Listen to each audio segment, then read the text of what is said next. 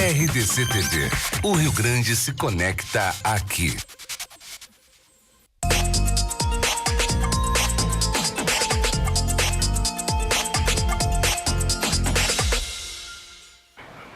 Olá, muito boa noite. Eu sou Carla Bisol, seja muito bem-vindo ao Cruzando as Conversas de hoje aqui na RDC TV.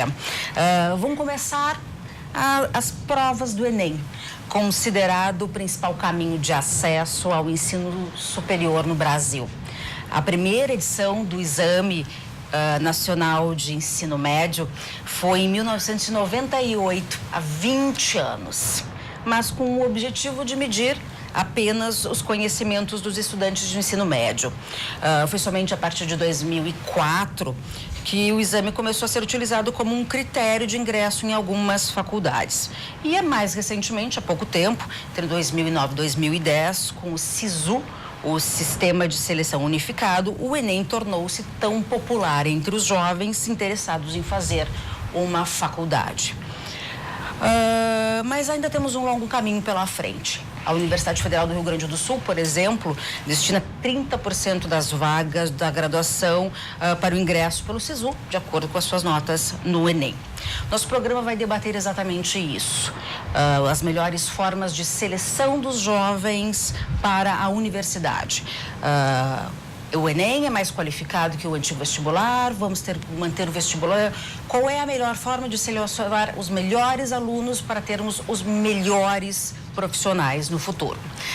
Nós temos convidados, nossos 4 convidados, desde já eu agradeço a presença de todos vocês, apresento cada um deles. Tomás Juliano, que é professor de História do Brasil. O Diogo Moraes Vieira, que é também professor de História e Sociologia. Uma boa noite para vocês. O André Fozi, que é diretor do Ângulo Vestibular e professor de Biologia. E lá no fim, o Alexandre Schiavone, também diretor do Ângulo e professor de História. Bom, então, como vocês podem perceber, muito obrigada pela presença de todos vocês. Uma excelente noite, né? A gente sabe que aí, em plano feriado, e é um assunto que tanto interessa a população. Eu gostaria de, assim, começar com uma visão geral de você sobre qual é a melhor forma de a gente ter ingresso à universidade hoje na avaliação de vocês. Vamos começar pelo Thomas, por gentileza. Boa noite aos colegas debatedores. Deixo o meu abraço também aos ouvintes, principalmente no dia de hoje, que é um dia especial, acredito que para muitos. Bem, eu tenho uma visão prévia ao debate sobre o Enem, uma vez que não o entendo como a maneira mais qualificada para fomentar o ingresso dentro dos espaços universitários e sei que também não é a única maneira. Discuto isso e ao longo da conversa teremos esse tempo, não apenas pelo ambiente letivo, mas também pelos aspectos fiscais, aspectos também de uma maneira sociológica um pouco mais ampliada, já que não temos, e eu nem desejo isso, uma uniformidade dentro do espaço escolar. Então o Enem muitas vezes representa um certo desnível, uma vez que também aborda temas que nem sempre são discutidos no próprio espaço escolar, uma vez que também no aspecto vocacional, por ter uma certa unidade na forma de desenvolver o próprio conteúdo, não toca na especificidade vocacional de cada um desses alunos. Exemplo, a pessoa almeja estudar medicina e o outro almeja estudar, como eu, história, e prestam necessariamente a mesma prova. Não há uma especificidade técnica que toque especificamente na vocação. Então são pontos que eu discuto, retomo eles aqui, um aspecto fiscal, como por exemplo em 2010 tivemos a falência do próprio Estado no desenvolvimento dessa prova. Procurem, por exemplo, os ouvintes, telespectadores, o escândalo do Enem de 2010. Também discuto no que envolve o processo de desenvolvimento de prova, pois nem sempre a prova acompanha de fato, ou até diria, quase nunca acompanha de fato a realidade escolar, uma vez que a prova aborda, inclusive, competências que nem sempre o professor, pelas mais variadas razões, consegue desenvolver no espaço de sala de aula. E, por fim, como disse, existe uma especificidade vocacional que a prova não tem estrutura para conseguir abordar. Então, são esses pontos que eu apresento como ressalva à prova. Certo? Legal. Professor André. Boa noite, telespectador, colegas aqui de debate. Eu O debate sobre o Enem, eu acho que ele deve ser feito em relação ao que fazer, né, como forma de ingresso. O Enem, ele, na sua essência, ele começou exatamente, ele é uma demanda da Constituição de 88, da Lei de Diretrizes e Bases. Ele começa exatamente no momento, nos anos 90 ali, propondo uma pergunta que é a educação vai mal no Brasil? Então essa era a grande questão, se vai mal, como é que a gente pode fazer exatamente para averiguar, aferir como é que está essa educação. Então o Exame Nacional do Ensino Médio, ele surge exatamente nesse sentido, fazer uma avaliação de como os alunos estavam saindo do ensino médio, que é o final do ensino básico. O ensino básico envolve o ensino fundamental e o ensino médio.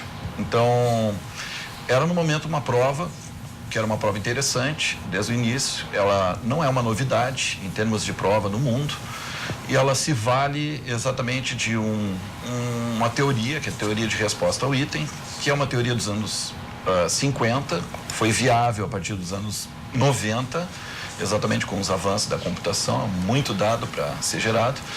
Então, a partir de 2009, ela se transformou em uma forma de ingresso às universidades públicas, né? As universidades pagas pelo contribuinte. Então, a essência do que eu quero colocar aqui é qual seria a forma mais justa, né, de ingresso nas universidades que são pagas na sua estrutura, né, apresentam autonomia, mas são pagas pelo contribuinte, né? O que é ser justo? Eu tenho quase 30 anos de sala de aula, né? Trabalho já há 25 anos com pré-vestibulares, né? Tive ao longo desse tempo muito contato, né, com alunos que fizeram as provas no primeiro momento, né, sem o Enem, e agora com o Enem, de certa forma, oportunizando a forma de ingresso na universidade. Professor. Boa noite aos convidados, que assim como eu, estamos aqui para debater. Boa noite àqueles que nos acompanham. Questiono-me sobre algumas questões, não apenas sobre o Enem, mas especificamente sobre o processo seletivo que leva o estudante à universidade. Especificamente sobre tua pergunta, qual o melhor processo? Certamente, para encontrar o melhor processo, antes deve-se questionar, ao meu ver, uma outra questão. Para que serve o processo seletivo? E a quem direciona-se o processo seletivo? No momento que nós tivermos as respostas para essas duas perguntas, eu creio que busca-se o melhor meio para selecionar o estudante a entrar para a universidade. De pronto lhe digo, não creio ser o Enem o melhor processo seletivo. Tampouco penso que o vestibular o seja. Mas penso que, para as duas questões que levantei, o Enem ele não traz a resposta. E arrisco-me até a dizer que, diante daquilo que vem sendo proposto há 20 anos pelos governos como resposta para inserir o indivíduo, o estudante, na universidade, o Enem beira até o estelionato pedagógico, visto que muitos estudantes encaram o próprio Enem como uma oportunidade, assim como o vestibular, como uma oportunidade de ter acesso ao ensino universitário, por ver o ensino universitário como um direito. Creio não ser o ensino universitário um direito, e sim um dever. O indivíduo que cursa uma universidade tem o dever para com a sociedade, antes de ter qualquer direito de cursá-lo. Puxa, temos aspectos importantes a voltar aqui, principalmente sobre a questão do vestibular, mas eu preciso e quero muito ouvir ainda a palavra para a gente iniciar do professor Alexandre. Então, boa noite a todos, boa noite aos debatedores, boa noite. O Enem, na realidade, que é o tema que nós vamos debater aqui, das formas de ingresso na universidade, eu creio que ter sido, nos últimos tempos, na realidade, a mais democrática, né? Ou o caminho mais acertado do ponto de vista da avaliação para esse ingresso. As universidades, tanto as públicas quanto as privadas, elas têm formas diferentes de ingresso, de seleção e de seleção para ingressar dentro das suas faculdades, dentro dos seus cursos. E o que se vê é que o tipo de vestibular tradicional que nós conhecemos, que todas as universidades fazem, ou uma grande parte das universidades, das privadas fazem, muitas delas inclusive têm aderido ao Enem, justamente por conta disso, né? Justamente por conta desse fato, desse aspecto, né? Que o que é avaliado lá no Enem, o modo como se cobra, o tipo de questão que se levanta, o tipo de demanda que se coloca para o estudante, para o vestibulando, para esse ingressante na universidade, é um tipo de demanda bastante distinta daquela que é colocado pelas provas tradicionais. As provas tradicionais, normalmente, elas são eminentemente conteudistas, né? E abandonam ou pouco exploram, né, outras questões, outras habilidades, né? Isso, de alguma forma, também contempla, evidentemente, que um pouco da vocação do aluno ali já aparece na prova do Enem, como ela é separada por áreas, né, áreas de conhecimento, né, aquele concorrente, se aquele estudante ele tem mais habilidades na área das humanas, na área das exatas, na área das linguagens, na área da matemática, ali fica mais evidente nessa prova. E o tipo de questão, porque é a habilidade que eles estão cobrando, né? É o tipo de habilidade. Então, nesse aspecto, ele tem uma vantagem em relação aos vestibulares tradicionais, aos vestibulares comuns. Por outro lado, nós também temos que pensar que nenhuma forma, na realidade, seletiva para ingressar na universidade, ela é completamente justa, né? Teoricamente, isso muita gente defende, evidentemente, que a universidade ela deveria ser acessível a todos aqueles que quisessem cursá-la, né? Sem passar por nenhum desses massacres, né? Ou nenhuma desses grandes moedores de carne que são os vestibulares e que é também o Enem, né? Como um processo seletivo. O processo seletivo, por si só, ele se mostra, de certo modo, injusto, né? Porque ele é sempre meritocrático, né? Ele é sempre meritocrático e essa meritocracia, ela fica ali, na realidade, num meio caminho entre uma injustiça, na realidade, que pode estar se cometendo ou uma justiça maior. Então, na realidade, eu acho que nenhum processo é suficientemente, para entrar na universidade, para ingressar na universidade, nenhum processo seletivo é suficientemente justo, mas dentre esses que nós temos até agora, que nós tivemos desde então, o Enem, com certeza, não tenho dúvida disso, ele é o mais adequado, ele é o mais justo, né? Ele é o mais democrático, ele é o que melhor afere, na realidade, as habilidades e as capacidades daquele que está querendo ingressar. Certo. Vamos começar aprofundando o nosso debate na questão de conteúdo, do conteúdo em si. Eu acho que essa questão da fiscalização ela é muito importante, das regionalidades, mas eu gostaria de começar falando sobre o conteúdo em si, o que o aluno precisa saber para entrar numa faculdade. Com o vestibular ou com o Enem, o quanto isso muda na sua forma de estudar ou no quanto é importante o conhecimento que ele precisa adquirir para passar no Enem, para passar no vestibular, enfim, para conseguir essa vaga na faculdade. Em termos de conteúdo, o que muda na cabeça de um jovem dos seus 17, 18 anos? O quanto ele precisa estudar, o que muda um jovem lá do interior, aqui do Rio Grande do Sul ou de outro estado que queira fazer prova em outro... em outra localidade. No conteúdo, o que vocês percebem que mudou? O quanto piorou, se piorou, né? E se vocês percebem se há alguma melhora nesse sentido? Eu gostaria de começar comentando, por favor, um comentário. Do ponto de vista, esse ponto eu acho que é fundamental, né? Do ponto de vista do conteúdo propriamente dito, eu acho que melhorou muito, né? O tipo de avaliação do Enem, ele é muito bom nesse sentido, porque o que importa, na realidade, é as habilidades. O aluno tem que dominar determinados conteúdos, ele tem que ter aulas regulares. Em um dado momento se criticava que o Enem não cobrava conteúdos, não tinha conteúdo, por isso ele era um concurso ou um processo seletivo, melhor dizendo, raso, simplório, né? E não é verdade, né? O que acontece no Enem é justamente a perspectiva, né, que se coloca.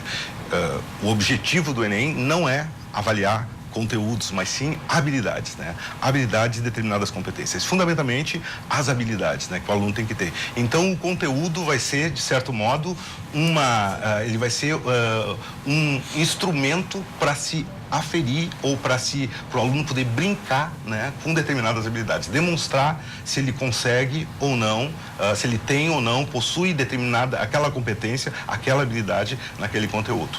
Então, o conteúdo ele deixa de ser central, né, como é nos vestibulares tradicionais. Nos vestibulares tradicionais, que nós temos aí a partir da década de 70, né, o importante é o conteúdo. O importante é o conteúdo. Isso para o aluno, eu acho que é um desgaste tremendo, na realidade, né? O decorar.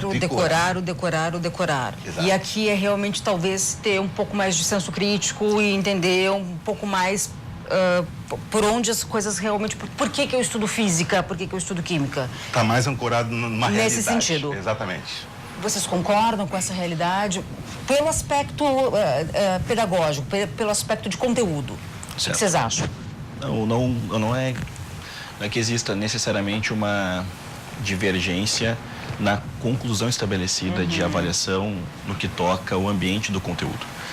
Talvez assim um ponto de divergência que tenhamos, ele se estabelece, pois eu de minha maneira sou crítico ao entendimento que se tem a partir de planos de competência, por ética, por visões um pouco mais horizontais, que escapam muitas vezes de certos sistemas que um dia o pensaram.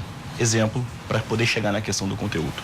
Se nós pensarmos um pouco historicamente na fundação do Ministério da Educação, nós temos frases ali e pareceres, por exemplo, de Gustavo Capanema, que foi um de seus pensadores, de que a educação brasileira, ela tinha o desejo ou como seu objeto a formação de um tipo de homem ideal. O homem social, ou naquele momento o homem do Estado de Vargas. A partir da década de 30 até, por exemplo, 2018, nós temos uma série de transições naqueles homens que pensaram o Ministério da Educação, as pautas de educação. Então, o entendimento de ética, muitas vezes, ele é variável. E o que eu questiono é justamente o quê? Esses parâmetros curriculares que temos hoje como PCNs, pois eu acho que são reféns ou meios para que exista uma transitoriedade e que você não tem, de fato, um resguardo ao conteúdo em si. Então, exemplo, hoje nós temos um entendimento sobre ética que toca especificamente o governo vigente. Daqui a 4 anos teremos outro, há 20 anos atrás tínhamos outro, há 40 outro. Enfim, eu questiono muito essa relação que eu entendo como promíscua entre Estado e educação. Então, no que envolve o conteúdo, o estabelecimento de disciplinas um pouco mais abrangentes, em competências, pensemos no conteúdo de história, uma abrangência maior sobre o que é de fato e para que serve o conteúdo de história, eu não questiono e de nenhuma maneira divirjo do que se estabelece como conclusão de como a prova se estabelece. O que eu questiono é algo prévio a isso.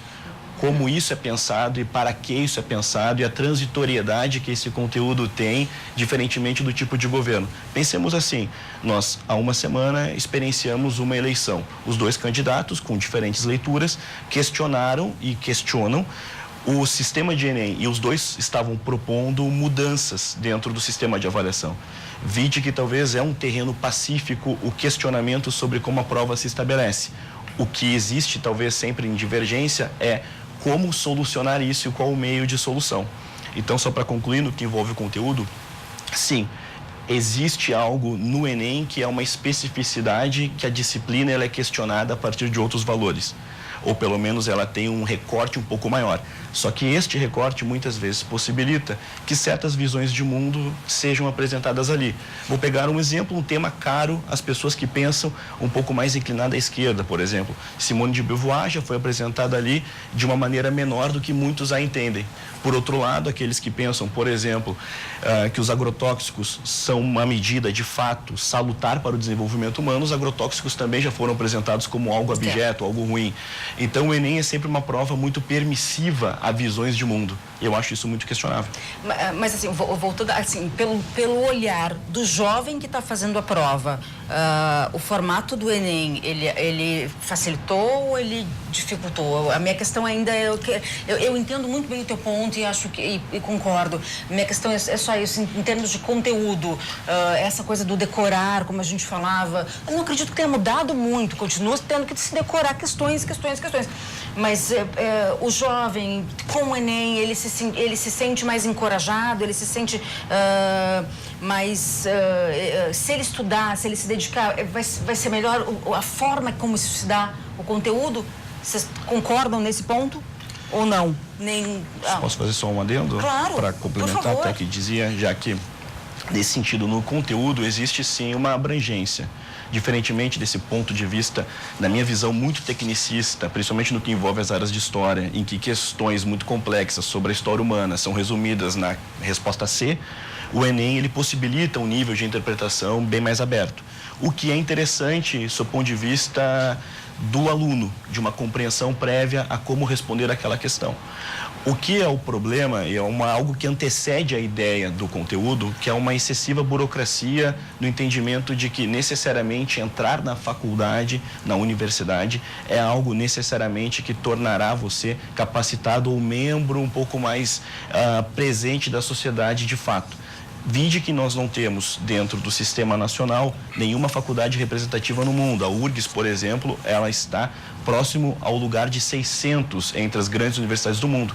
Ou seja, existe uma certa utopia de que o Enem possibilite algo, uma verdadeira inclusão social, sendo que, de fato, esta inclusão ela é ou inexpressiva ou pouquíssimas vezes, de fato, existente.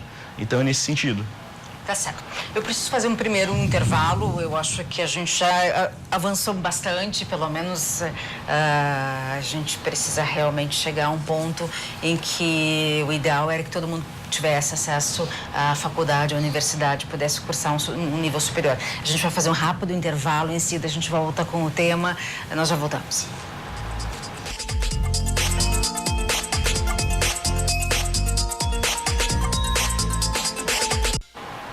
Seguimos o nosso debate sobre o Enem, o Exame Nacional de Ensino Médio. As primeiras provas acontecem nesse domingo e eu gostaria agora de ouvir a posição do professor de História e também de Sociologia, Diogo de Moraes Vieira, em relação a essa nossa discussão sobre os caminhos, né? E principalmente a posição do Enem nesse momento, como se firmá-lo. Se me permite, eu gostaria de pontuar uma questão do bloco anterior, no que diz respeito ao conteúdo, à forma da prova, que eu gostaria de pontuar isso, e já engendro a resposta dessa sua questão. Bem, eu como professor de Ciências Humanas, eu preciso ver a minha área como uma ciência. Então, como tal, eu devo tratá-la como algo que precisa ter repetição, experimentos, por assim dizer, de uma forma coloquial, para que eu possa passar o mínimo de credibilidade ao meu aluno. Dessa forma, eu penso que o Enem, como processo seletivo voltado especialmente para o aluno de escola pública, é completamente falho. É completamente falho pelo seguinte: em termos pedagógicos, primeiro, é proibido a um professor de História ou das Ciências Humanas, vamos ampliar, por exemplo, cobrar alguma cronologia baseada em datas. Mas a prova do Enem exige, entre os raciocínios que auxiliam o indivíduo, a habilidade de se localizar no tempo e no espaço. Será que, de repente, uma data, decorando ou não, não importa, mas será que uma data não iria ao encontro do aluno e não de encontro? Então, esse é um ponto pedagógico, por exemplo, que o Enem não consegue abarcar a realidade do aluno do ensino médio ao qual ele tenta auxiliar. Uma outra questão pedagógica. Eu acho extremamente difícil você, professor que olha esse programa, segurar o seu aluno em uma sala de aula por mais de 4 horas. E você quer fazer uma prova do Enem com 90 questões e mais 90 naquele prazo. É uma prova de resistência. Então, especificamente na questão do bloco anterior, eu creio que essa é a primeira grande falha do Enem. O Enem não mostra de forma clara, em termos pedagógicos, o que se quer do aluno e o que se busca para o aluno. A resposta disso é outra, que em seguida eu passo para vocês. Um outro ponto pedagógico que eu quero chamar a atenção, que faz com que o Enem vá de encontro à avaliação do aluno e não ao encontro. Uma das primeiras questões para que um aluno possa concorrer a um SISU, que evidentemente é nota do Enem também, é fazer o ensino médio numa escola pública. A escola pública é o centro nevrálgico para que o Enem funcione, em termos práticos desse que ocorre. Via de regra, muitos alunos utilizam a nota do Enem para entrar na universidade. Pois bem, agora, se nós pegarmos os resultados das provas do Enem e quantos desses indivíduos conseguem aprovação em vestibular ou até mesmo vagas dentro do seu universo, da sua rede, de cidade, de redondeza, de região, seria um resultado extremamente melancólico. Eu não digo que o indivíduo não consiga entrar na universidade, não é a questão que levanto. A questão que levanto é a seguinte: em termos pedagógicos, o estudante que faz a prova do Enem, ele não consegue transpor realmente a sua capacidade intelectual naquela prova. E eu não quero dizer com isso que, de repente, na escola ele não seja capaz. Ele até pode ser capaz. Mas a questão que eu levanto aqui é a seguinte: a questão é que o indivíduo ele está muito mais interessado em aprender aquilo que convém a ele, que interessa a ele. E isso dá muito mais margem para nós termos um processo avaliativo muito mais coerente. Se o cara vai ser um professor, poxa, ele não deve ser, como o Juliano falou no começo, avaliado por uma prova de química ou de física, a não ser que ele seja um professor de química e física, sabe? Então, eu vejo muito mais o Enem como, em bom português, assim, algo para inglês ver, sabe? Não que, de repente, as tentativas não sejam boas, eu creio que a intenção é bem-vinda, mas, assim, de boa vontade até o inferno está cheio. Então, a bem, na verdade, é que, mais do que nunca, a gente está num momento agora de reflexão. Se realmente, nesse momento que o Brasil se encontra, o Enem é o melhor caminho, bom, então vamos lapidá-lo para que ele vá, de fato, ao encontro da realidade do estudante e que, se necessário for, que nós tenhamos até uma reflexão sobre as universidades e sobre os professores, até porque, ao meu ver, a escola ela não tem que dar educação, ela tem que complementar o ensino. E aí a gente tem que olhar muito para os professores, até porque, se a gente trata de ensino, ninguém consegue dar aquilo que não tem. Você acredita que o vestibular seria melhor se a gente retomasse o vestibular como ele era antigamente? Não. Apesar dessas suas críticas em relação ao Enem? Não, eu não creio. Não. Você me permite, até vou dar um exemplo, que eu creio que automaticamente todos que estão aqui, que nos acompanham, chegam sozinhos nessa resposta. O senhor e a senhora que assiste esse programa, se o senhor e a senhora tiver mais de 39, 40 anos, faça uma reflexão. Seu filho, a sua filha provavelmente estará fazendo o Enem. Faça uma reflexão. Há 22, 25 anos atrás, se o senhor fez um vestibular, vamos tomar a URGS como exemplo, que é o sonho de consumo de todo estudante. Se o senhor fez um vestibular na URGS, o senhor era obrigado a acertar no mínimo 9 questões em cada prova. Se o senhor acertasse 8, o senhor já estava desclassificado. O senhor, quando estava na escola, o senhor era avaliado bimestralmente, com uma nota mínima de 7. Entrava na universidade com nota igual ou superior. Eu, quando entrei na universidade, a média mínima era 8. Gradativamente, o que se vê? Uma diminuição nos valores, nos critérios avaliativos e nas condições para o indivíduo entrar no vestibular. Hoje você entra na URGS acertando uma, desde que você tenha a média para aprovação. O que mais se ouve é o quê? E agora eu chego ao ponto que você me perguntou. O que mais se ouve é o quê? O aluno de hoje não é igual ao aluno do passado. O aluno de hoje tem acesso à tecnologia, à informação com facilidade. Pois bem, mas eu garanto que o senhor que está aí com seus 40 e poucos anos, se pegar a prova do Enem, mesmo não tendo o livro na mão, periga sair igual ou melhor que o seu filho. O fato é que não se adapta o ensino ou o Enem à nova realidade da educação.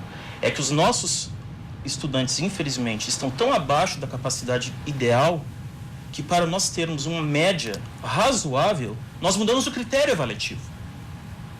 E não sou eu que digo isso. Vejam os resultados do Brasil no último PISA.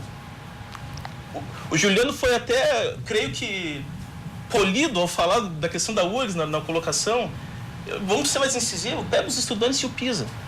Então, o fato é que é nesse sentido que eu refiro que o Enem e qualquer outro processo seletivo é um estelionato pedagógico. Eles não vão ao encontro do que se deseja ao aluno. Eles se rebaixam ao nível que está a nossa educação. E quando eu me refiro à educação, é ao professor, é ao aluno. E é por isso que eu comecei assim a minha explanação. A você, pai e mãe, que é de você a educação. O ensino é complemento da escola. E por isso que eu disse no começo, eu acredito honestamente que a faculdade é um dever do aluno, que entra e depois dá para a sociedade aquilo que ele tem de melhor. Professor, André Fazzi. Bom, já que temos aí dificuldades, percebemos que realmente a nossa educação é falha em vários momentos, a gente ainda é um país em desenvolvimento. O Enem é mais democrático que o vestibular? Qual é o caminho? A gente precisa pensar para frente, olhar, buscar essas alternativas. É que, bom, nós vivemos um momento histórico e o Enem está fazendo 20 anos, né? A Constituição, 88, 30 anos, né? Então, nessa questão, entendo até o que os colegas colocam, né? Que eu acho que é um tema de muita importância, que é a questão da educação no Brasil, né? A gente tem que sempre debater esse tema que é pertinente, pois trata-se exatamente, né, do que faremos daqui por diante, né? Portanto, a questão que envolve, né, uma melhor forma de seleção, ela, a não ser que alguém aqui tenha uma alternativa, certo? Quando eu entrei na URGS, né, aproximadamente 20 mil candidatos, certo? Para cerca de 2.500 vagas, né? Hoje nós temos, foi até 50 mil e aí nós temos em torno de 40 mil para entrar só na URGS, né? Então, o Enem, na forma que ele está estruturado, ele se vale exatamente de quando ocorreu a sua proposição, inclusive de reestruturar o ensino médio, certo? Promover uma reestruturação de forma a que se deixasse de dar tanto valor assim à massa de conteúdos, né? E aqui, eu biologia, vocês a história, nós temos aqui 2 verdadeiros trens, né, em termos de conteúdo, certo? E sai desse modelo, tá? Para se pautar exatamente nessas questões que estão ligadas à competência e habilidades. O que é uma habilidade? Uma habilidade é uma operação mental, certo? Que se faz para resolver um problema. Então, de certa forma, a gente sai num sistema, certo, que ainda é em vigor nas universidades, a URGS aqui é a única que mantém, né, pública, certo, no conteúdo como um fim, sim, próprio, tá, para tratar exatamente em cada uma das áreas do conhecimento, das 4 áreas do conhecimento, de 8 ou 9 competências, e a essas estão ligadas cerca de 30 habilidades, tá? Então, o que o aluno é colocado para resolver, certo? São exatamente problemas, situações, problemas. O país, nosso Brasil, ele é um país com 518 anos com problemas, certo? Portanto, esta forma, tá? Em 45 questões, né, por área, certo? As questões são colocadas, são pré-valoradas, tá? Nós temos uma prova que é onde as 45 questões elas são colocadas de acordo com um determinado valor, né, que está ligado à teoria de resposta ao item aí, certo? Portanto, tem questões que oferecem, na verdade, a oportunidade do aluno montar um caminho, algo mais ou menos assim. O sistema tradicional, ele funciona, vou ser simplista aqui, né? 2 alunos, cada um faz uma prova com 10 questões, certo? Aí o que interessa, né, é o aluno acertar 6, né, dessas 10 questões. Quaisquer 6 dessas 10 questões, né? O Enem não é assim, certo? O Enem é uma prova onde o aluno ele tem que perseguir, na real, aquilo que é, dentro do campo da psicologia e pedagogia, chamado de psicometria. Ou seja, é possível, essa é a teoria, é possível a gente colocar um valor no conhecimento do aluno, certo? Isso é uma prova, tá? Que de certa forma, certo, traz o aluno, né, para conversar e perguntar para ele o que tu sabe, né? O que tu tem de conhecimento com base nos problemas aí que estão ligados às áreas do conhecimento. E o aluno vai ter que acertar, né, até o nível de proficiência dele. Ou seja, se fosse na escola, certo, oportunizado, né, da mesma forma como é o Enem, esses 2 alunos, cada um fazendo 10 questões, iria obrigatoriamente importar quais são as 10 questões ou as 6 questões que cada um deles acerta. não é acertar qualquer 6 questões, né? Então existe uma coerência pedagógica na prova do Enem, onde o aluno, ele na verdade seria submetido a uma prova onde ele, de certa forma, teria que acertar as questões fáceis, acertar as médias, tá? E até a uma questão com maior grau de dificuldade, até o nível de proficiência. Portanto, é uma prova que beneficia o aluno que estudou, certo? Esse sistema, que é chamado de sistema anti-chute, né? Não dá a possibilidade, certo, para que um aluno, né, mais ou menos preparado, né, ou aluno que possa, de certa forma, né, se envolver em chutes tradicionalmente ocorrentes, né, eles serão, na real, acusados pelo algoritmo ali do computador, certo? E eles terão a sua nota diminuída. Quem estuda, quem se prepara, mas principalmente, né, aqueles alunos que estão atentos a essa questão de que some exatamente o conteúdo como fim em si próprio, tá? E esse conteúdo agora ele tem que ficar à disposição, certo? Do aluno para que ele possa resolver problemas. Cada item é sempre um problema, certo? Nesse campo aí, né, nós temos vários avanços nessa questão de quais são os grandes problemas, certo?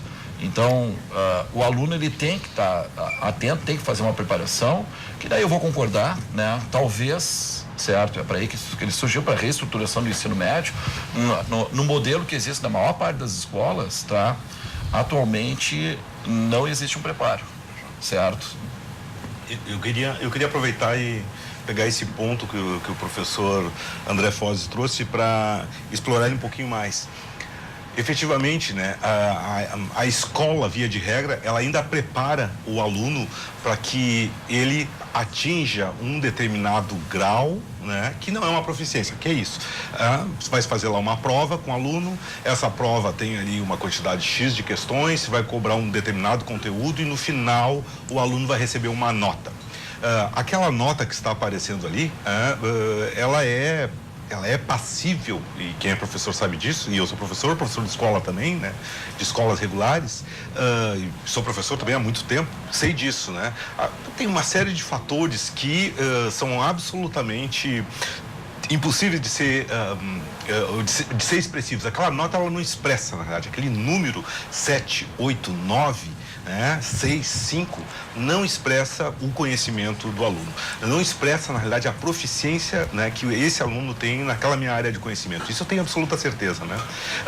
Por quê? Por que isso? Porque entra uma série de fatores no momento que ele está fazendo a prova. Uma delas é a questão do chute, por exemplo, que lá no Enem ele vai... é improvável que ele faça isso. Quer dizer, ele pode fazer, mas isso vai vir em prejuízo dele. A questão do chute. Nesse outro modelo, no modelo tradicional, não prejudica. O chute, na realidade, vai, de alguma forma, se ele chutar bem, se ele chutar certo, se ele tiver sorte, né, ele vai acabar sendo beneficiado, vai acabar sendo premiado. E já no modelo do Enem, não. Como disse o professor Foz, a prova toda, ela agora já serve para os alunos, né? Espero que eles não estejam vendo agora, porque eles têm que estar descansando nesse momento, né? Mas os pais deles podem conversar com eles depois sobre isso, né? Na prova do Enem, o que importa sempre é isso, é o aluno mostrar o grau de proficiência dele naquela área do conhecimento. Ele não tem que acertar tudo. Por exemplo, uma das grandes demandas, os grandes medos do aluno é a prova de matemática, por exemplo. Eu sou professor das humanas, né? E os alunos, na prova de matemática, eles arrancam os cabelos porque eles não conseguem terminar toda a prova. Mas não tem por que terminar toda a prova, né? Ele não teria por que fazer. Por quê? Porque justamente as questões todas as 45 questões, elas têm um nível de proficiência dos mais variados. Tem as questões fáceis, as questões médias e as questões difíceis. Esse grupo de questões, que são as questões difíceis, elas têm também graus de proficiência, porque é uma nota, né? Cada questão tem uma nota que é antes pré-testada. Um valor, né? Na realidade não é uma nota, é um valor. 800 e poucos, 700 e poucos, 300 e poucos são as fáceis, né? Então essa régua que eles usam, que é a TRI, né? Que eles usam para depois distribuir as questões, as 45 questões, ela tem desde um valor muito baixo, baixo, tipo 200 e pouco, 300, até um valor muito alto, 800 e pouco. Né? Então, tem questões ali de 300, 400, 500, 600, 700, 800 pontos. Essas questões lá é para aqueles alunos que têm realmente um grau de proficiência muito grande, que dominam muito. Isso vai poder mostrar, bom, se eu gosto muito de matemática, eu vou provavelmente conseguir fazer estas questões todas, inclusive essas questões difíceis. Agora, eu não posso, ao fazer a prova, eu não posso errar aquelas questões lá que tem um grau de proficiência muito baixo. Tipo aquelas questões fáceis, as questões lá das 4 operações. Não pode errar isso e tu conseguir fazer questões lá do cálculo 1 da universidade. Porque alguma coisa tem aí. Talvez alguma dessas questões, ou essas questões que tu fizesse, e essa que tu acertou com um valor alto, provavelmente tu chutou, porque tu não sabe somar um mais um e acertou uma questão que é cálculo 1. Então, nesse sentido, o Enem, ele é mais democrático nesse sentido, né? No sentido de poder avaliar o aluno, e ele é mais justo também, ele é mais justo na avaliação. Tem uma questãozinha que é importante também, até pais, né, família que tem vestibulandos, né, ficar atenta, e até de certa forma, né, é importante a gente colocar aqui, cada vez que uma universidade, certo, ela ingressa, né, com a possibilidade de ter vagas via SISU, né, via Enem, tá? Ela tem que fazer um termo de adesão ao SISU. Isso quer dizer o quê? Na URGS, por exemplo, cada curso, tá? Ele indica para as 4 áreas do conhecimento e mais a redação, tá? Um peso que ele vai dar, certo? Um peso 1, 2 ou 3, tá? De certa forma, isso aí tem nos cursos via a URGS pelo vestibular, né? Cada curso tem a sua questão dos pesos, né? Que são exatamente aqueles itens que vão influenciar, certo? Então, isso, de certa forma, né? O aluno que vai fazer para medicina tem na área de ciências da natureza, né? E na área de redação vale 2, né? A licença da natureza vai valer 3, certo? Porque ali ele tem essas questões que são importantes. Portanto, é muito importante que o aluno que vá prestar o Enem, né, e o SISU em janeiro, tá? Ele saiba que a partir desse domingo, certo? Ele vai ter que se dedicar a algumas áreas em detrimento das outras, tá? Se dedicar mais, né? Porque esses pesos são relevantes. Na fundação, na Universidade Federal de Ciências da Saúde, por exemplo, é tudo peso 2, tá? Decidiu que todos os cursos lá que entrasse pelo Enem, certo? Seria tudo igual, tá? Mas essa parte na URGS, por exemplo, tem relevância, certo? Na hora do aluno se dedicar, e ele pode, né, avaliar a estratégia melhor para alcançar um bom resultado. Ou seja, se eu vou fazer para engenharia, é bom que eu tenha um bom desempenho, então, na área da matemática. Se eu vou fazer por direito, relações internacionais, é bom que na área das humanas ali eu mostre uma proficiência melhor. Eu gostaria de discutir com vocês 2 assuntos práticos. Um que me parece que é favorável e outro contrário. E aí eu gostaria da opinião de vocês. O Tomás Juliano já levantou, que é a questão de como fiscalizar. Né? Hoje, a presidente do INEP anunciou uma super parceria com a Polícia Federal para coibir qualquer tipo de irregularidade. Esse é um aspecto que talvez seja negativo. Bom, na minha época de vestibular, não se cogitava entrar com um ponto ou se passar uma cola. Então, esse é um aspecto que me parece que depois contra. Um aspecto que me parece que é positivo, e aí gostaria de ouvir também a opinião dos senhores, com uma boa nota do Enem, com uma avaliação, muitos desses jovens conseguem alguma bolsa de estudos, um financiamento, que eles conseguem entrar também em alguma universidade particular. Né? Então, mesmo quem não tem condição de pagar, é uma forma mais democrática, uma forma mais razoável para quem é um bom aluno, se dedicou, ter uma boa nota e conseguir uma vaga numa universidade particular. Temos aqui, eu estou levantando 2 aspectos, né, que são diferentes, obviamente, mas são de ordem prática, já fugindo um pouco do conteúdo. Deixo para vocês tirarem para o ímpar por qual começamos. Por favor, à vontade. Antes de mais nada, cabe sempre ponderar que estabelecer críticas ao Enem não faz de você necessariamente crítico às bolsas de maneira geral. Ok. Mas eu, de minha parte, discuto como elas se estabelecem. A começar, por exemplo, pelo entendimento do que se tem por acesso democrático. Vide, por exemplo, que, digamos, determinado professor tem 2 filhos, ele conseguiu um desconto em uma escola particular em que ele lecionava. Ele, durante todo o processo de formação escolar daqueles alunos, seus filhos, ele tinha seus descontos e trabalhou e conseguiu prover aquele tipo de ensino, porém, a esses mesmos alunos não possuem as condições, vide pais e vide os seus acessos aos seus primeiros empregos, a conseguir pagar o seu próprio ensino, mas em contrapartida precisarão trabalhar para poder pagar os seus xerox, os seus livros, as compras acadêmicas de maneira geral. Ou seja, este aluno ele é muitas vezes tolhido do acesso à Universidade Federal, por causa das questões de cargas horário, etc., e porque precisa trabalhar, mas em contrapartida não terá as condições de acessar o mesmo ingresso a bolsas, pois ele tem a característica de ter saído dentro de uma formação dentro do ambiente privado. Então eu não entendo a democracia em si numa discussão até maior do que necessariamente o Enem como um valor absoluto. Vide, por exemplo, que se a maioria decidisse que o assassinato é uma coisa boa, o assassinato não seria necessariamente bom porque a maioria o decidiu. Então eu não acredito que a democracia seja um valor e não acredito que o Enem em si e todos os processos de bolsa, eles estabeleçam de fato a inclusão democrática, como muitas vezes se tem, que eu prefiro utilizar a palavra como acesso. Mas no que envolve, então, este ponto de fiscalização, colas e plágios, todos esses processos... Que você levantou lá no começo do nosso programa. Exato, porque houve um escândalo em 2010, e este escândalo, ele é bem significativo para ser debatido em torno do Enem, inclusive de como o Enem é oneroso, que é um outro campo.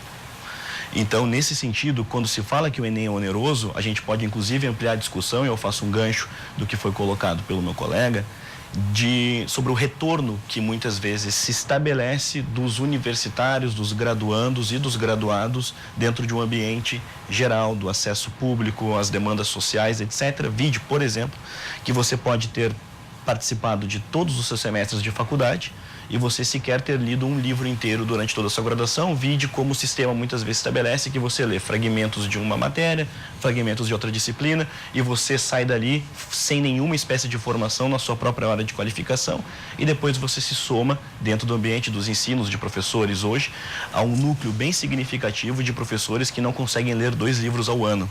Então a gente precisa ampliar o retorno disso de um ambiente fiscal, não é necessariamente quanto a prova custa, é de fato o que se dá em matéria de retorno de uma maneira mais ampla. Então, pensemos no que envolve problemas administrativos e problemas de fiscalização. Eu tenho uma visão de que para o mal, o ser humano, ele tem uma capacidade impressionante, sempre nova. A gente tem aí, assim, o absurdo é infinito. Então, assim, pontos, daqui a pouquinho eu vou inventar, se já não existe, né?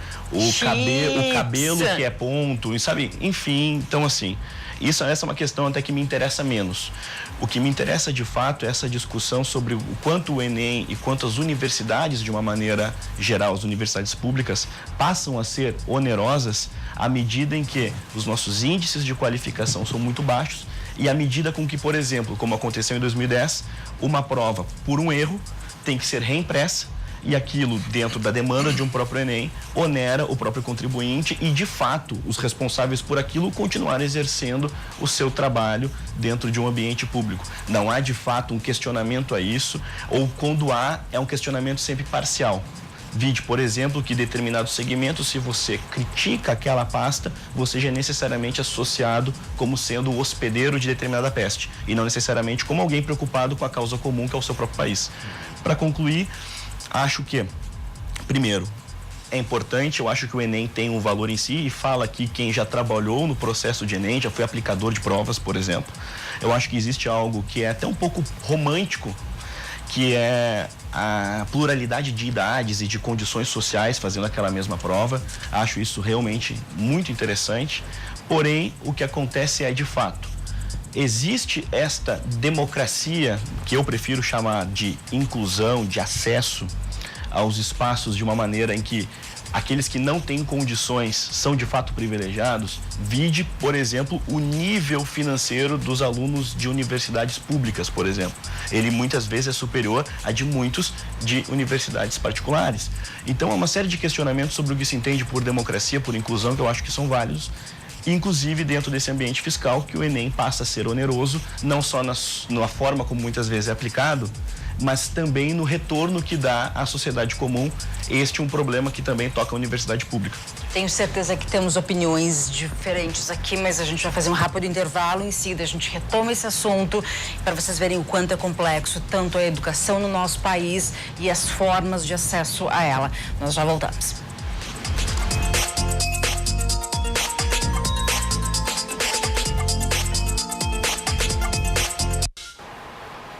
Cruzando as Conversas está de volta e nós estamos discutindo aqui o acesso ao ensino superior, a discussão sobre o Enem, sobre vestibular e quais as formas mais razoáveis, democráticas e de melhor acesso para que a população possa, de alguma forma, fazer um bom curso superior.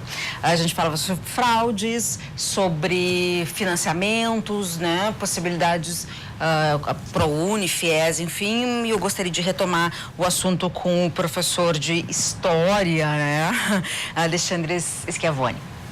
Então, eu gostei muito de boa parte da fala do Juliano, do Tomás Juliano, e eu acho que nós temos concordâncias em algumas coisas aí, né? Uma das preocupações que o Juliano trouxe para nós é justamente a questão do acesso, né? E de fato, durante a educação, e ele estuda a história da educação, o Juliano estuda a história da educação, ele sabe que durante muito tempo a educação no Brasil, ela sempre foi direcionada e ela foi acessível apenas para uma pequena elite, né? Para um grupo muito reduzido. Inclusive, quando se fez uma reforma nos anos 70, né? Em 71, uma reforma, justamente o problema que se colocava era o problema justamente que se tinha muito poucas vagas na universidade e uma quantidade enorme de alunos que querendo ingressar na universidade, naquele momento não tendo acesso, né? E aí começou a aparecer já naquele momento ali, já a partir dos anos 70, a questão de ampliar os acessos à universidade. E, de fato, as universidades, inclusive as públicas, e as públicas, se sabe disso, que a grande maioria das públicas nesse país são aquelas universidades que se dedicam à pesquisa, que se dedicam ao desenvolvimento tecnológico, que se dedicam ao desenvolvimento do país no conjunto, né? Enquanto que as privadas, algumas e muito poucas, né, acabam colocando alguma energia nisso aí. Então, o acesso à universidade sempre foi um problema, né? E não é um problema agora, é um problema que nós estamos vivendo agora em 2018. E a democratização desse acesso é sempre um problemão mesmo, né? Que a gente tem procurado, né? Eu acho que os vários governos já de longa data têm procurado resolver isso. Como é que nós podemos melhorar esse acesso? Não é por nada que essas formas de financiamento, então, para aqueles que não conseguem ingressar numa universidade pública, o governo destina lá, né, os FIES, né, ou o ProUni, que possibilita o acesso, então, de pessoas que não conseguem entrar na universidade pública, cursar lá uma universidade privada. Nas universidades públicas tem as políticas de cotas, né, justamente para isso, para facilitar o acesso dessa senhora, por exemplo, que não conseguiu lá pagar, ou que não vai conseguir pagar lá uma universidade pública ou uma universidade privada lá para o seu filho. Aí o Juliano nos trouxe uma outra questão. Sim, mas e aquele menino que fez uma escola particular, né? Que fez uma escola particular, ele não entra, né, nesse sistema de cotas aí, né? Se calcula ou se imagina que ele, por ter estudado numa escola privada, né, e se é verdade, né, aí de se buscar, se isso é verdade ou não, que a escola privada é melhor do que a pública, né? Teoricamente, ele deveria demonstrar, então, um grau de proficiência melhor que os alunos da universidade das escolas públicas, né? E aí, então, ele conseguiria entrar também na universidade pública por esse outro caminho. Então, as possibilidades de caminho, né, de ingresso na universidade são amplas, né? São amplas, na verdade. E eu acho que é isso mesmo. Eu acho que o Juliano traz uma questão importante. A gente tem que procurar, na realidade, aperfeiçoar esse sistema, né? Para democratizar esses acessos cada vez mais, né? Cada vez mais na universidade. O Thomas, ele tratou também da questão da fiscalização. O Enem brasileiro, né? Ele só não é maior do que o vestibular, adivinha só onde? Na China. Na China? Mas daí da Quanto China, gente? A China tem, na verdade, né? E olha, a China é um vestibular, né? 10 milhões. Mas, desculpa interromper, mas vamos lembrar que o caso das provas terem sido...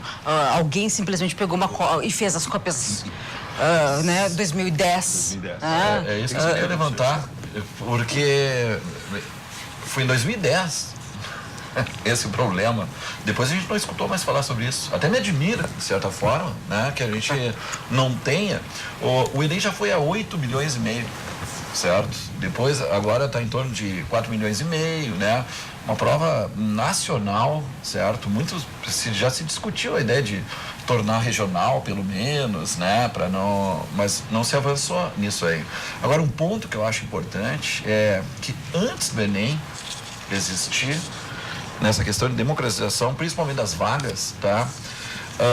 Essa meritocracia ela era pautada de acordo com o aporte financeiro que a família tinha na possibilidade de colocar um filho querido para fazer vestibular em todas as universidades que pudesse, certo? Então, contava, na real com a possibilidade de o aluno fazer uma verdadeira turnê pelo estado do Rio Grande do Sul, indo em todas as universidades públicas que tinham vestibular próprio, certo?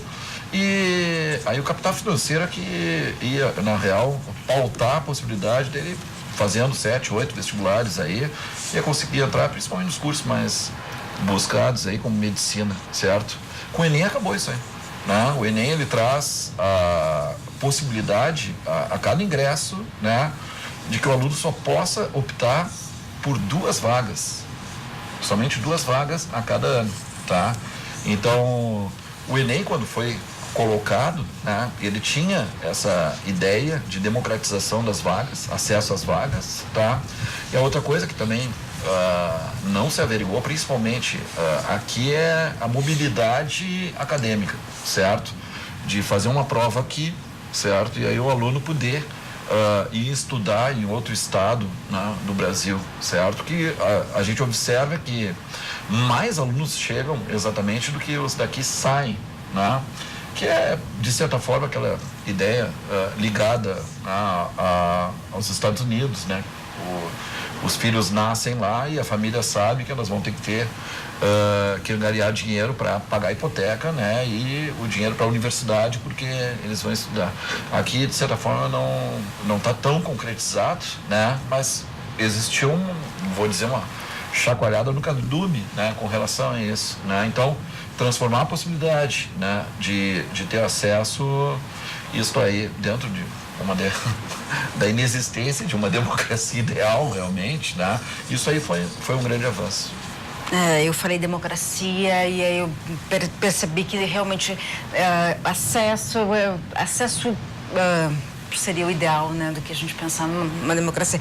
Eu queria só pra gente, eu tenho um outro tema que eu quero encerrar com vocês, mas eu queria falar um pouquinho sobre o estelionatário pedagógico. Sem problemas. Sem problemas. Eu no intervalo eu comentava assim, gente, então não tem saída, é isso que vocês querem me dizer? Não tem saída, o vestibular, a gente precisa evoluir, a gente precisa buscar soluções, a gente precisa construir nosso país e é através da educação. O que a gente vai fazer? Eu que parei, posso começar? Deve.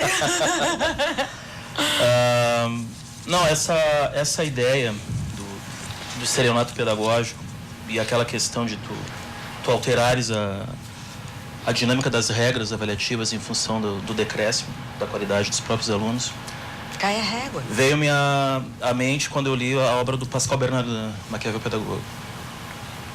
E, de fato, há um estelionato pedagógico. Pelo seguinte, eu retomo o início da minha fala, lá no primeiro bloco. Eu creio que o ponto nevrálgico, pelo menos para mim, quando eu penso no Enem, é para que serve o Enem, qual o propósito dele. Ao que me parece, eu não posso fechar os olhos para a realidade que me cerca. O fato é que todos os estudantes que fazem o Enem, eles têm como propósito ser aprovado para poder fazer vestibular, prestar vestibular, aprovar um vestibular, poder concorrer a um SISU e entrar em uma universidade. Mas aí, ao meu ver, é que está o grande erro. Por quê? Eu acho que há uma saída. E a principal saída começa na forma como se encara o ensino. Qual o propósito do ensino? Por que eu penso dessa forma? Pelo seguinte: o indivíduo que pensa que a educação dá condições a ele de trabalho está completamente equivocado. Se você vai à escola, o ensino fundamental, o ensino médio, quando você termina, você não tem a garantia de um emprego. Mas você tem a certeza que se você não colocar o seu filho, você vai preso. Então, em termos mais pragmáticos, a educação básica não lhe dá a garantia de algo. Na verdade, lhe toma a liberdade caso você não a coloque na escola. Então, esse é o primeiro ponto que eu quero trazer para deixar claro que a escola complementa a educação, é ensino, a educação vem de casa. E onde entra a universidade, mais especificamente o Enem, nesse ponto? O Enem, ele corrobora esse vício que já existe no Brasil, a partir desse processo avaliativo. O Enem, eu não entro na questão se ele dá oportunidade para várias pessoas de repente cursarem em vários estados. O ponto que eu trago para a questão do Enem como processo avaliativo não é esse. É para que serve e qual o propósito. O Enem, ele não avalia o estudante enquanto estudante. Até porque o próprio estudante, quando o faz, ele pensa: eu vou entrar na universidade, terei no futuro um emprego e tenho um futuro garantido. É uma falácia. A grande maioria dos estudantes que entram, de repente, ou com um SISU, ou de repente vão para uma universidade particular com essa bolsa, uma vez formados, aumenta a inadimplência. Por quê? Ele se formou, mas ele não está empregado. Não é garantia de que ele vai estar empregado. E uma outra questão, francamente, não há necessidade de nós taparmos o sol com peneira. Quem vai fazer uma universidade de humanas precisando da nota do Enem quando tu tem EAD? E tu tens que trabalhar para te sustentar. Ao meu ver, o que ocorre principalmente é isso. O ponto nevrálgico para mim do Enem, de qualquer outro processo seletivo, é esse. Para que serve um processo avaliativo e qual o propósito? O indivíduo que entra para a universidade, mas qual é a relação dele com a universidade? Já começa errado, da forma como ele encara a própria avaliação em si. Eu acredito, o Tomás Juliano estava falando sobre os grandes gastos que ocorrem com as provas, com as avaliações. Pois bem, só para não dizer que eu não falei de flores, a própria Universidade Federal tem um processo que a mim parece, salutar, que é o método do ingresso de diplomados. Dependendo do curso, o indivíduo faz uma entrevista, ou faz uma prova específica, ou faz os dois, ou faz algo a mais, mas fica voltado somente para aquilo. Tu estás preocupado com o indivíduo, com o que ele quer contribuir para a sociedade. Então, em termos gerais, na pior das hipóteses, o que ocorre? Um estelionato pedagógico de todo mundo que está envolvido, desde o professor até o pai e a mãe que está em casa, porque fomentam esse tipo de situação. E eu me incluo nisso, porque eu faço parte desse sistema, sou servidor público. É nesse sentido que eu me refiro ao estelionato. Qual é a saída que, ao meu ver, é o primeiro passo? Para tu sair do labirinto, tu tem que saber o caminho que tu fez, tentar rememorar o caminho que tu fez para voltar. Então eu creio assim, não é de repente o ideal os métodos anteriores, mas uma coisa eu tenho certeza, que tem uma coisa no método anterior que é muito útil nos dias que nós vivemos hoje em dia, que é encarar a educação como algo para a vida. E a educação não está somente em bancos escolares e acadêmicos, está em casa. Certo. Bom, realmente há muita controvérsia, mas eu acho que a gente tem um ponto em comum, que a educação é a chave e a educação é a nossa passagem aí para um mundo melhor, a não ser que Cabral volte e nos recupere. Então a gente está tá encerrando o programa, mas então eu vou pedir, vou tentar fazer um pouquinho diferente esse nosso encerramento e que cada um pelo menos me dê uma solução. o que seria o ideal? O que você tem o poder? Você é o novo ministro da educação ou da ciência e tecnologia, caso o ensino superior mude para... Você tem o poder. E então me diga em 2 minutos como melhorar o acesso do jovem à universidade para que ele tenha uma boa formação e que depois ele possa ser um bom profissional. Quem começa? Quero boas ideias, por favor. Eu preciso encerrar esse programa para cima, porque senão... Posso começar? Por favor. 2 coisas. Primeiro, não espere da universidade tudo. Não espere da universidade tudo. Você é dono do seu destino. A universidade é um complemento. A universidade está lá para contribuir e não para lhe dar. Por isso que eu falei no começo. Você acredita ter o direito de entrar na universidade, mas o fato é que você tem um dever de fazer algo para a sociedade a qual você está inserido. E a segunda sugestão se serve de consolo, né, para ajudar os futuros estudantes. Inscrevam-se no curso online de filosofia do professor Olavo de Carvalho. Simples. Simples. Alguma sugestão para o tema de redação, só para não perder a piada? Eu creio que talvez essa polarização na política nacional talvez caia. Foi algo bem forte esse ano. Mas ano passado a questão dos surdos pegou todo mundo de surpresa, né? Bom, enfim. Bom, eu te agradeço muito. Diogo Moraes Vieira, professor de História e Sociologia da Rede Pública. Eu sou professor de História da Rede Pública do Estado, em Guaíba, e sou pós-graduado pela URGS em Sociologia. Que bacana, muito legal. Então, não esperar tudo da universidade e fazer um curso online. Mas mesmo assim o jovem precisa fazer uma faculdade para ele não ir. Sim, claro, mas em paralelo, se ele abrir os olhos e ver que é ele que faz a diferença, é ele para a sociedade, não a sociedade para ele. Ok. Isso muda tudo. Meninos do lado de cá, do ângulo, muito obrigado pela presença de ambos. Eu quero boas ideias, por favor. Então temos... Vamos lá, Alexandre. Então eu sou o ministro da Educação, ministro de Ciência e Tecnologia. Eu teria que ser um super-ministro, na realidade, porque... na realidade, nós teríamos várias áreas para ter que atacar para resolver o problema, né? Porque a educação por si só, a não ser que a gente coloque nessa perspectiva da educação como produtora de riqueza, né? De riqueza. E, evidentemente, a educação produz riqueza, né? A riqueza em vários níveis. Riqueza tecnológica, riqueza intelectual, riqueza no campo das artes, no campo da ciência. Todo tipo de riqueza está lá, sai de lá, né? Sai digamos assim, dessa capacidade do ser humano de pensar. A universidade é um dos caminhos para isso. Mas, evidentemente, não há espaço para todo mundo na universidade.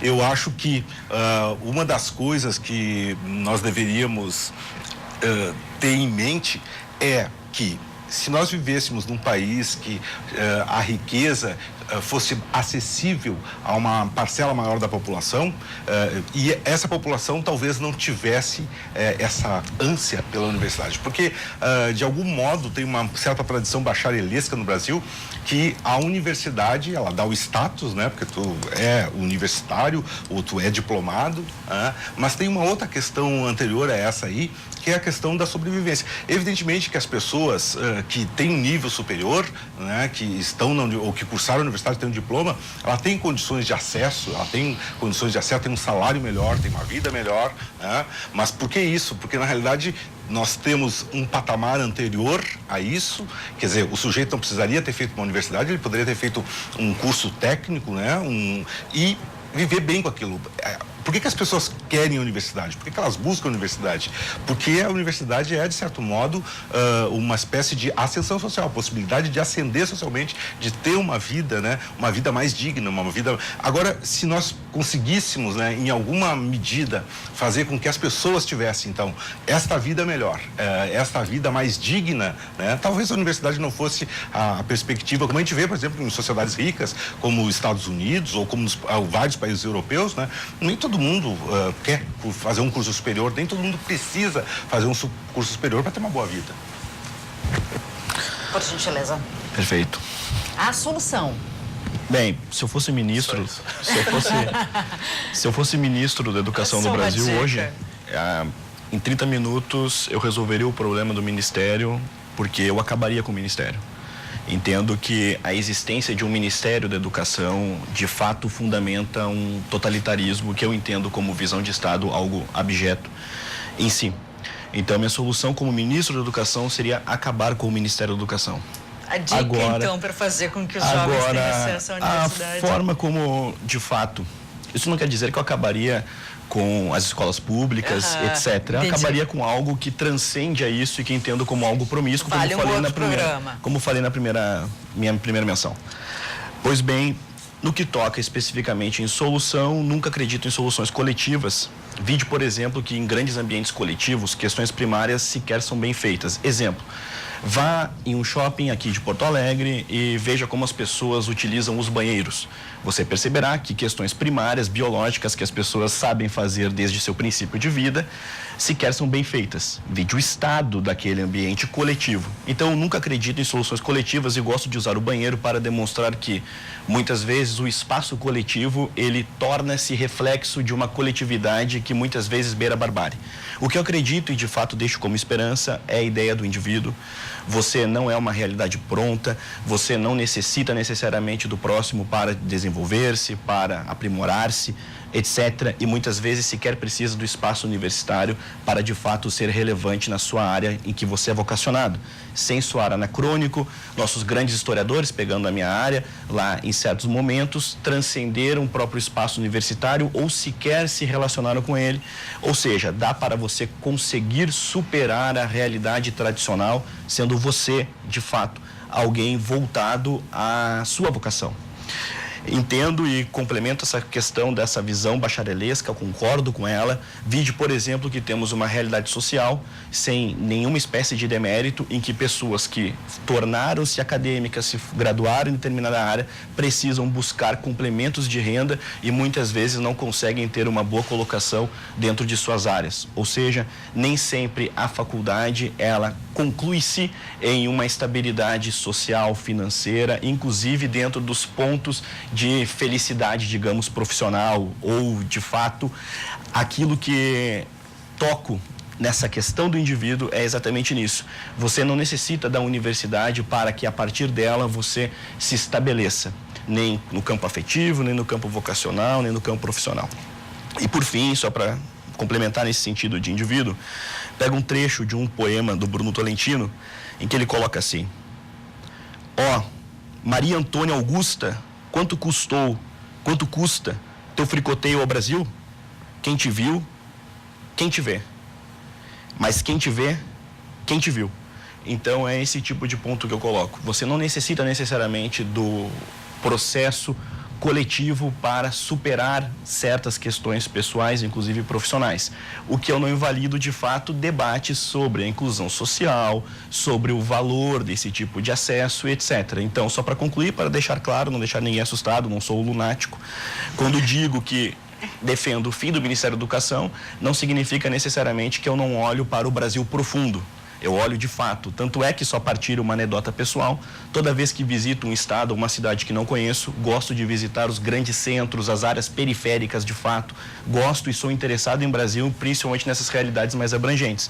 E de fato, digo, você é capaz de superar-se. Quer ser professor de história, você não necessita necessariamente da graduação em história para de fato ser um bom professor de história. Claro que para os ambientes tradicionais irão lhe cobrar o diploma, mas hoje, felizmente, há meios para você conseguir superar isso. Tá certo. Muito obrigada pela tua posição. É o professor e, enfim, historiador e pesquisador Thomas Juliano que nos contribuiu. A última e decisiva e derradeira solução para o Brasil vem do nosso querido diretor do Anglo Vestibular, também professor de biologia. Aí que está a questão, né, professor André? É um tema bem complexo mesmo. Isso, eu tenho um minuto. Rápido, né? Aumentar o investimento da educação em 50% do PIB, deixa eu ver o que é mais, dobrar o salário dos professores, né? Que se pare de particular. Dos jornalistas. Do jornalista. Talvez eu tenha essa questão que o Thomas levantou, né? Mas ainda vivemos em sociedade, uma sociedade que temos tantos problemas para resolver ainda, né? E os problemas são paralelos. Não dá para só investir em educação se não der um pouco de expectativa, né, do que fazer com essa educação. Portanto, concordo aí, né, nessas questões, né? Mas principalmente um país tão desigual, né? Estamos aí no 89º IDH do mundo, né? País irmãos aqui, né, como a Argentina, com seus 45 de IDH aí, já resolveram problemas, né, na hora da educação lá atrás, certo? Primeiro, parece que nós vivemos num país que ainda odeia a educação, né, certo? De que as famílias tenham mais cuidado, né, uma educação que peca muito em alguns sentidos, né? Ela de certa forma é anacrônica, parece faltar exatamente essa questão do objetivo, exatamente, para o trabalho, né? O que se faz, né, do ensino médio. Hoje o ensino médio, de certa forma, se busca exatamente o que? Ser um pré-vestibular, né? Sem nunca conseguir atingir um objetivo, até por isso que nós do pré-vestibular existimos ainda, né, para oportunizar, certo? E falo isso até porque existem pré-vestibulares públicos aí, né, importantes, que cresceram, né, e tomaram espaço. Mas nesse sentido, eu acho que é da consciência da sociedade pensar, né, o que quer da educação, né, no seu tempo, no tempo que nós vivemos. O Brasil está com 207 milhões de pessoas, né? 50 milhões de pessoas vivem abaixo da linha da pobreza, né? Como fazer para dar esperança, né? Expectativa, certo? De um Brasil melhor, né? De preferência, né? No ponto republicano, democrático, né? Respeitando, né? E tornando a vida das pessoas melhor. Tá certo, gente. Eu agradeço muito a presença de vocês e, acima de tudo, eu agradeço muito o fato de vocês, como professores, educadores, passarem adiante o conhecimento, que eu acho que é uma forma que a gente tem de fazer com que as coisas evoluem. Eu só gostaria de agradecer aqui algumas pessoas que nos acompanharam: a Vanessa, a Helena, o Nazur, a Andressa. Muito obrigada pela presença de todos que estão aqui, que nos acompanhou aí pela televisão. Um excelente final de semana a todos. A gente fica por aqui.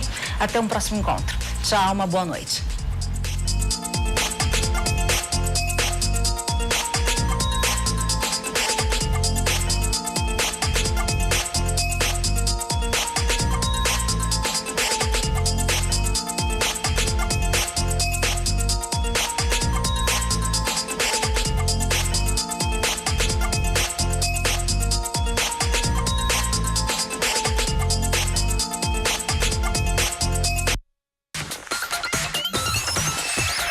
RDC TV. O Rio Grande se conecta aqui.